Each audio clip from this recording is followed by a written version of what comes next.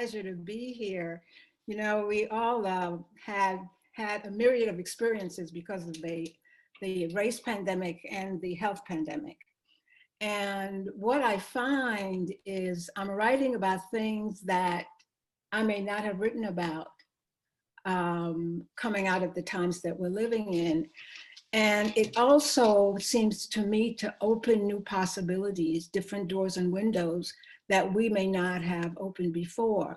So for me, this is a time of being able to catch your breath, a time to create what you want, because the space is there. You're not running around like a crazy person. And so, and it's a wonderful time to write. I do not write every day. But when I do write, you know, my head is like ready to pop because I've got to get stuff on the page. So I'm in love with my words and I write because I can't help it. So this first poem, I want to dedicate to Juan because he wrote a book about birds and TJ. And Luis and I lived in Tijuana and Pasadena at the same time for about 10 years. And I wrote a poem about birds and Tijuana. So this is for Juan. Birds fly, early morning, sit in Cafe Eco Verde on observation deck. La Casa del Túnel Art Center, international performance space, 10 feet above man-made border. Chain link fence, barbed wire between San Ysidro and Tijuana in La Colonia Federal neighborhood. Houses built for government workers, family front door, 75 feet from artificial barrier, hidden in close-knit community. Art and culture flourishes. Birds fly high, north, south, north, every day, through rainstorms, sizzling heat, cold winds, across nature's sky. Oasis where hopes, dreams, land thrive, survive.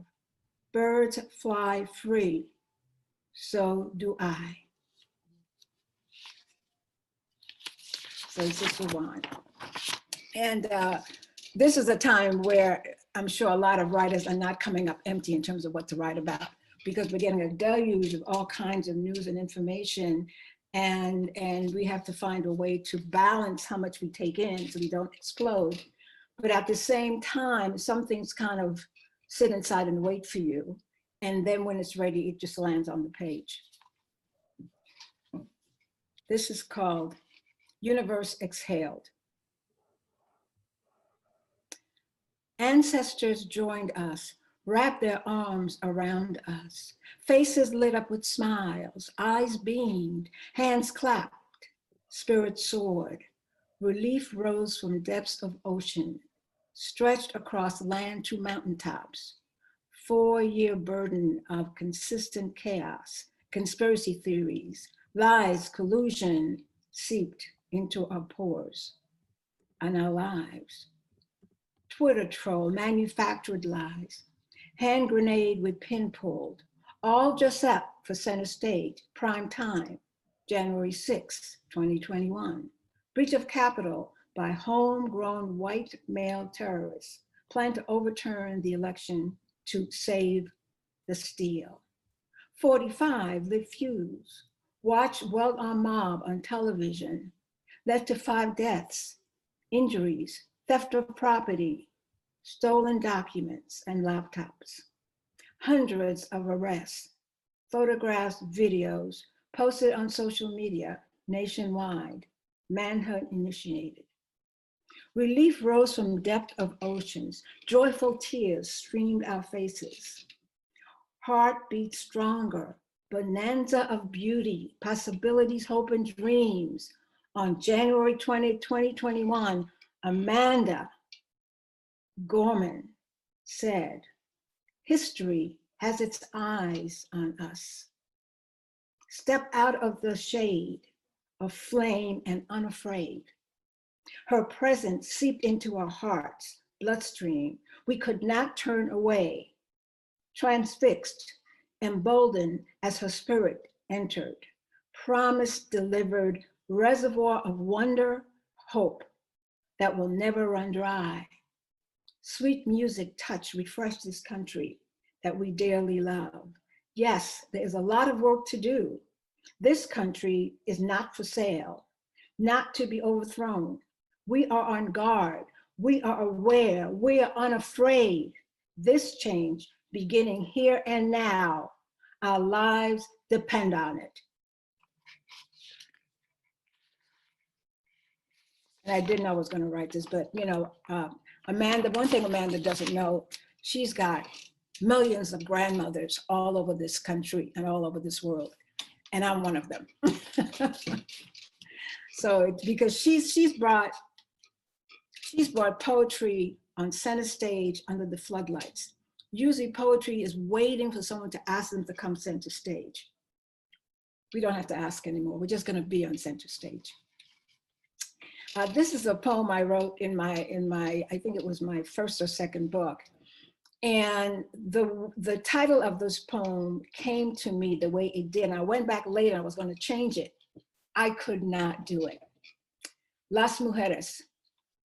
Mothers watch daughters who listen with their eyes, whose voices bloom, they flower between raindrops, weave their lives inside dreams with grandmother's breath.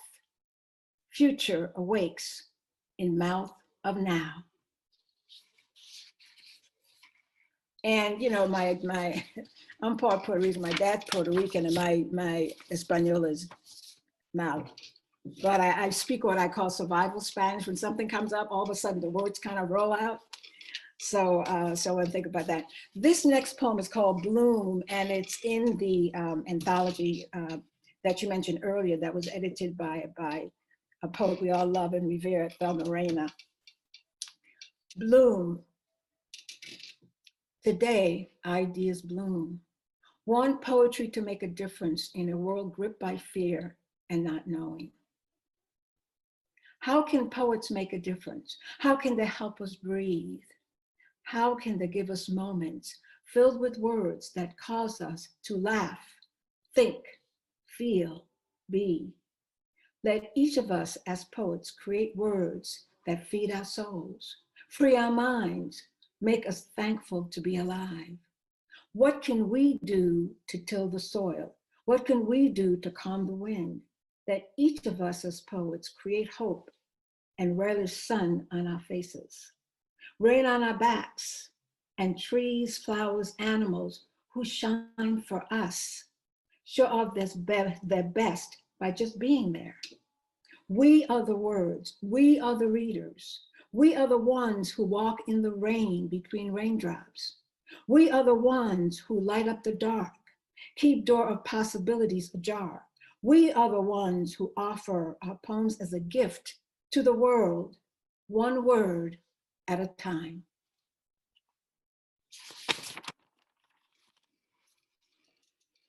You know, all of us have been masked men and women because it comes with our territory. And I was in my, I think it was in the doctor's office, and I was, you know, probably writing something, and I had my head down. So this is the next piece is called Masked, Unmasked. She says, move over. He says, I moved over to give you elbow room. Checking email, stop. Head snaps up. Elderly couple sit in chairs, wear face masks, daily accessory. Her body set in stone. Eyes stare into space, arms folded over belly. His body folds into back of chair, head falls on chest, his hands clasped. Her discontent seeps through unmasked. She is unmasked.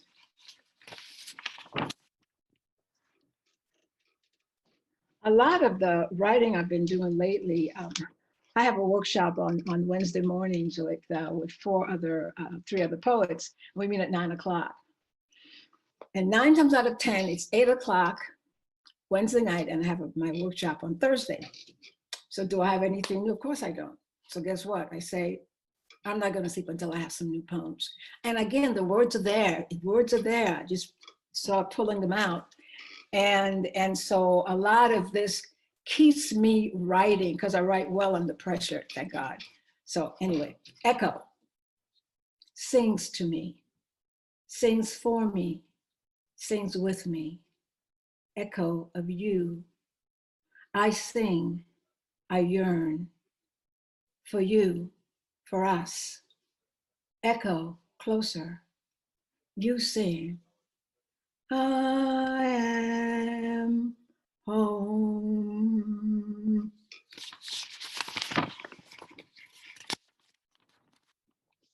You know, this morning I was half asleep, and Luis, as you know, my husband, he said to me there was another killing. And I just wanted to continue wrapping myself in the blanket and not even get up. So, so this is one of the poems I wrote recently. Darnella Frazier, 17 years old, cell phone record video. George Floyd's arrest, death, worldwide outcry against police brutality. Described ordeal, compelling, chilling, guilt-ridden. She was not able to stop his pain, suffering. Other witnesses tried to intervene, yelled out. She says, I stay up nights apologizing to George Floyd. When I look at him, I see my father, my brother, my uncle. As she testified off camera, she cried. And she was a minor when she made that recording. Defense described neighborhood where the Cup food store where George Floyd was arrested as being in a high crime area. Darnell said she felt safe when she walked to the store on May 30th, 2020, with her 9-year-old cousin to buy snacks. And she said, it was only after seeing police on the scene that I felt unsafe.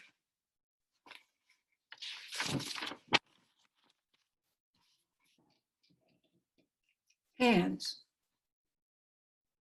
We miss, need, and want hands to touch, caress, and intertwine. Hands are a silent witness to our life stories. Know how to speak for us when words may not work, to beckon someone or wave goodbye.